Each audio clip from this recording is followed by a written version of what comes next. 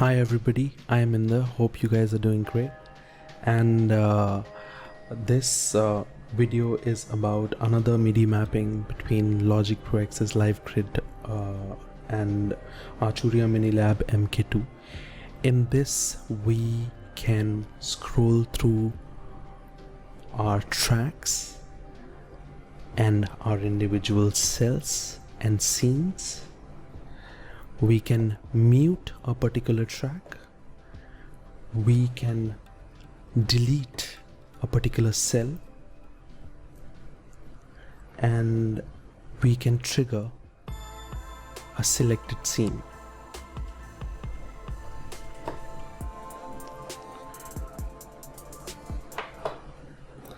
Now, this MIDI mapping is better than our previous one. The previous one, we could trigger the scenes, but we were limited to triggering only 16 scenes. But if you have more than 16 scenes, that's where our new MIDI mapping, which is this, is helpful to us. And you can also see there are very interesting details about this MIDI mapping. So let's start with our MIDI mapping. First of all, again, you need to make sure that in preferences you have your advanced tools, all these check boxes enabled. In control surfaces, MIDI controllers, make sure that your Arturia Minilab mkII is unchecked. And in control surfaces general, make sure that control surface follows track selection is selected, and then in MIDI inputs we have Arturia Minilab mkII selected. So after this, you can have any project open, that does not matter. So let's move to MIDI control center. Create a new template.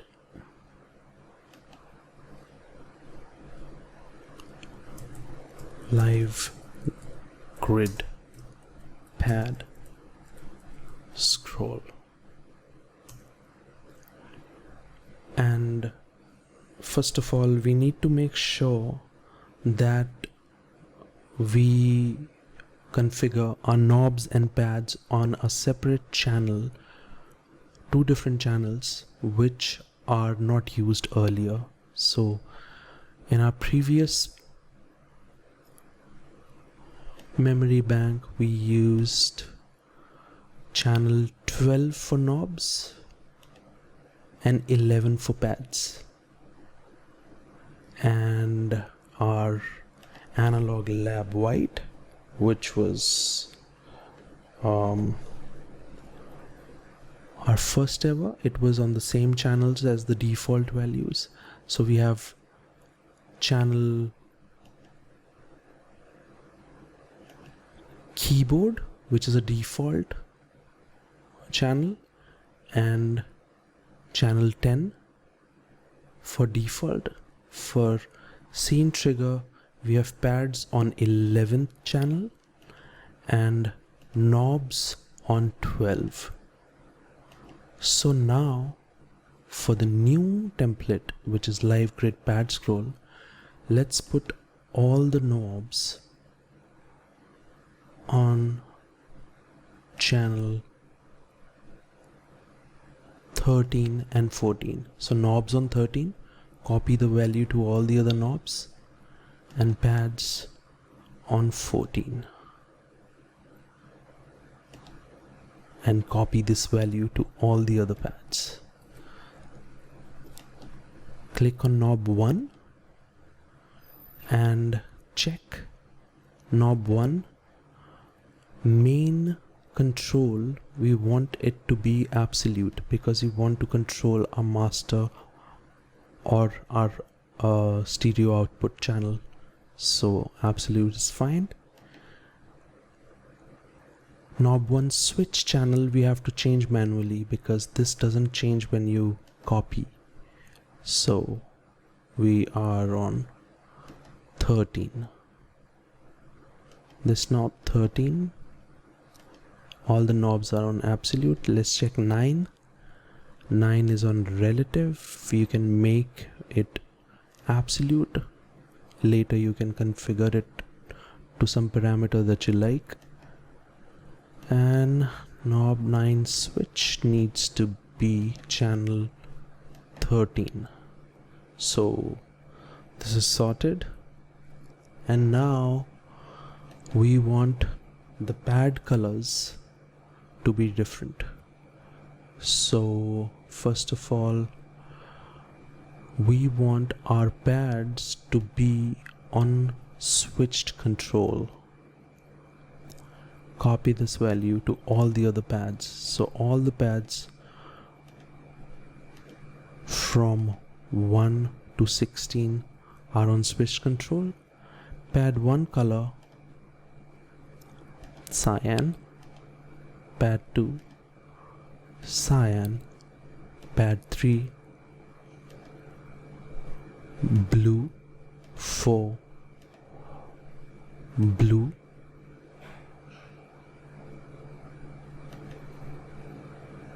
pad 5 to be yellow, pad 6 to have no color so that it divides, because you'll see what we do later, and pad 7 to be red, pad 8 to be green. Okay, everything is set. Let's save this and push it to memory 4.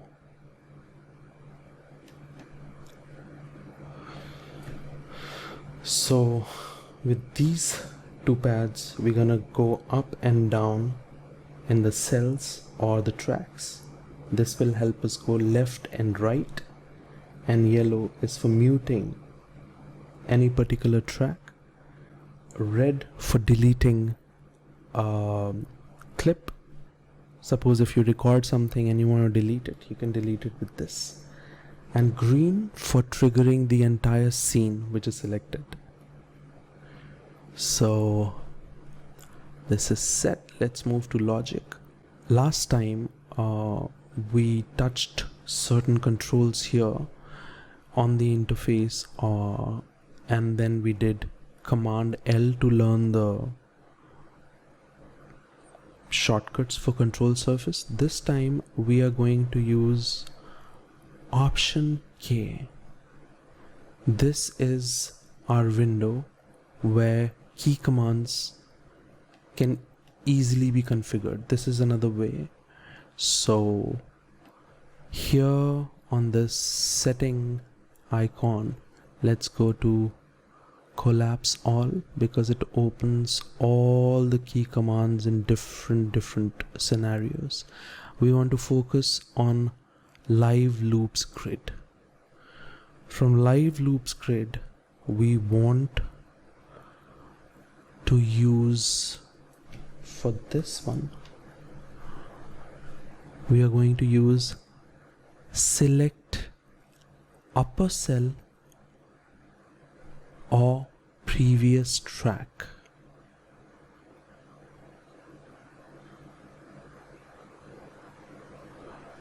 If we press this button, learn new assignment, and input this, then we have the upper cell, and for the lower cell or the next track, we are going to use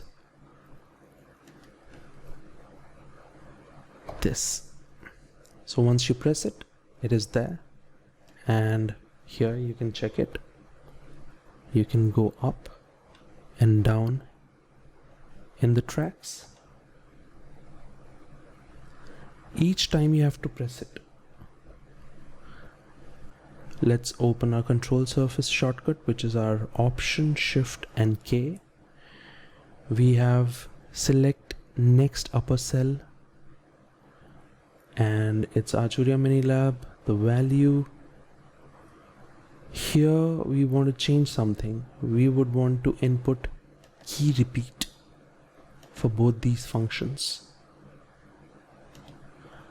What key repeat will do is, instead of pressing it each time, we can press it once and it'll move. So it's easier. So this is sorted, and then we want to use our computer arrow keys. Just be at any cell and hit left arrow key 2-3 times, and then Command L, and here we want to press this one and say key repeat, and on any of the cells just go right, then Command L, and then this one. So this particular shortcut is for next region or cell on the focus track. So we've learned it. Let's press key repeat so that we can go left and right and up and down. And now this pad is for muting a particular track. So whichever track is selected, select it with your cursor, press the mute button, then Command L. For mute, press this, and then in the mode, instead of scaled, you want to make it rotate. It'll be something like this. Press it once, it's mute. Press it twice. Like one for mute, another pad click for unmute, mute, unmute. So it depends how you want to do it. Rotate works good. So deleting works on the computer, but it'll be better if instead of deleting it, you do Option K and then just type cut. Now cut is Command X. Here you just want to assign this to this track. And again, let's go to Live Loops Grid and select Trigger Focus Scene. Even if you are on any cell, you can trigger that particular scene. So Trigger Focus Scene, let's assign it to the last 8th pad. And there is one which is play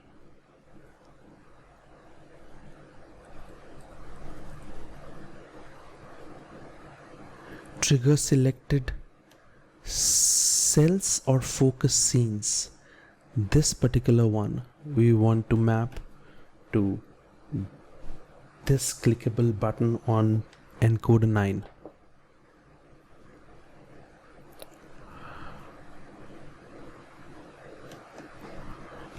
So once this is done, you can play any single cell, and while this is playing, you can trigger the entire scene.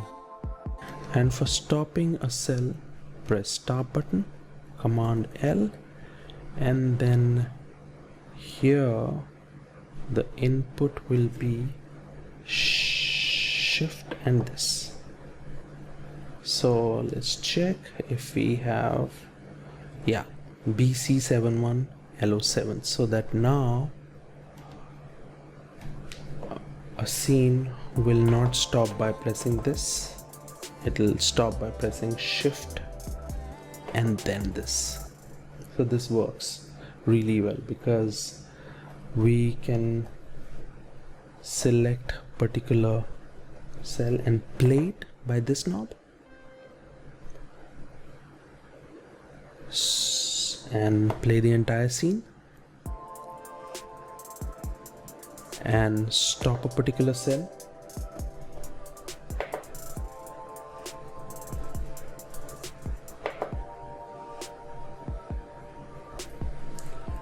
and record into a particular grid.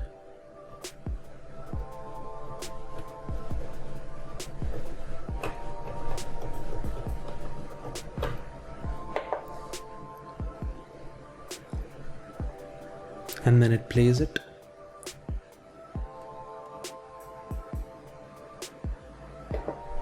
And then if you're not happy with the recording, you can just simply cut it so it goes away, because we have mapped the cut command but not Control Z, so it won't come back until and unless you press it on your MacBook.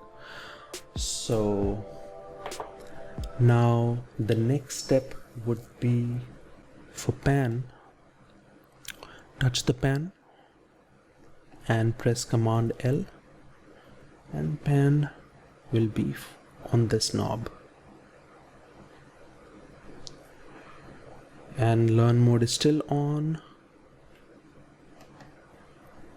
Now whichever track is selected,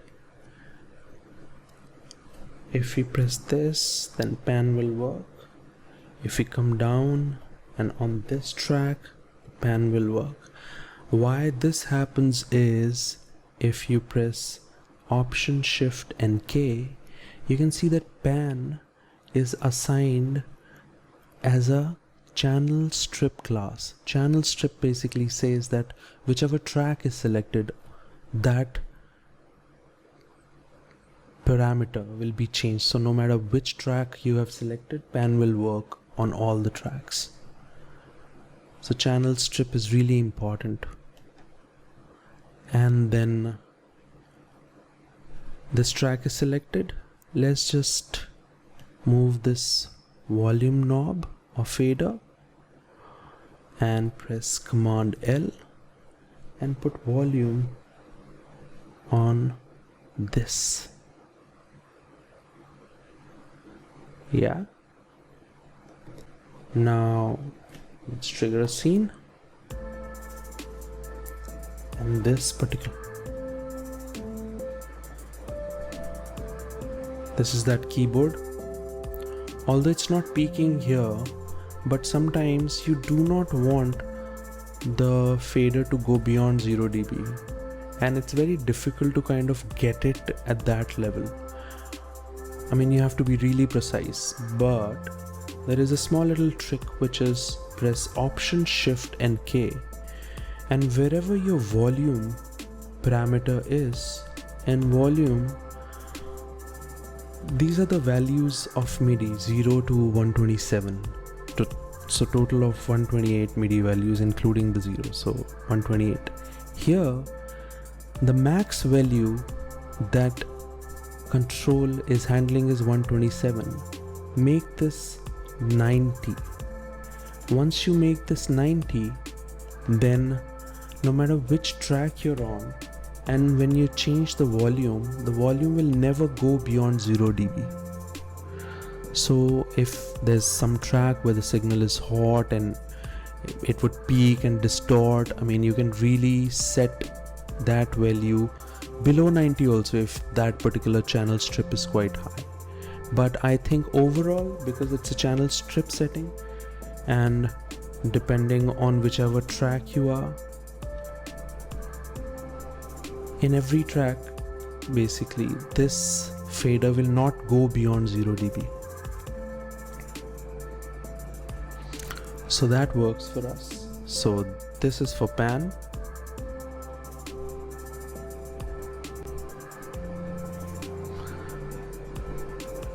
Yeah, and this is for our volume. And then let's map. This is a stereo out, not the master. So stereo out is this one. I'm not talking about the master. Let's just assign stereo out to this knob. Move it, Command L, and this. And again here in the max value put 90. So now you have control. I mean, just in order to control the volume in the MIDI control center, we made this knob to be absolute, because if it was on relative 1, then it won't work. Yes, we've covered everything. And if you want to map, say, stereo out pan, which is track wide, you can do that also. Just move it, Command L, and you can assign it to this particular knob. So when you're playing a scene, then this will manage your pan.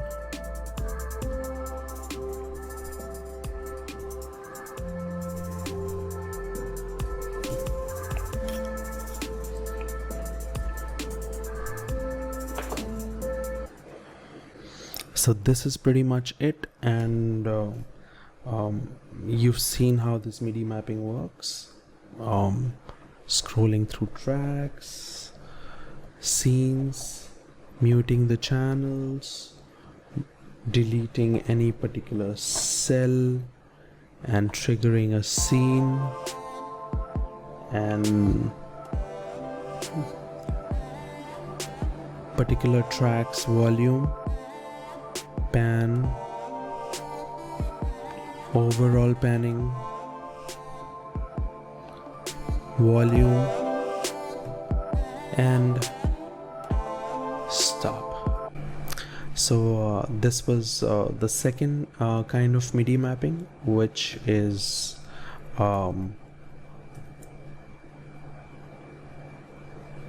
live grid pad scroll, live grid pad scroll. Let's just copy all these values, Control C, paste it into a new thing, and from no zone then you can delete these. So you have another style configured and saved in your MIDI control center. Press shift and go to this, press shift and 3 for your scene trigger. If you just want your scenes to be triggered, then you can go back here, scroll. You can play your instrument if you had analog lab, so then all the controls will work the way they work in, let's see, Arturia Analog Lab. So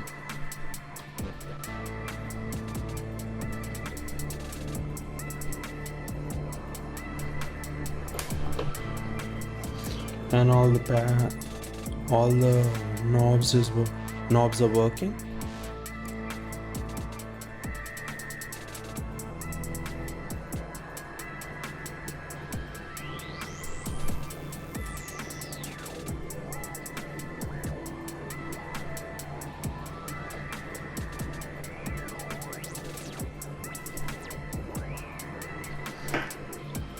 And when you're done jamming, you can simply come to your new and stop.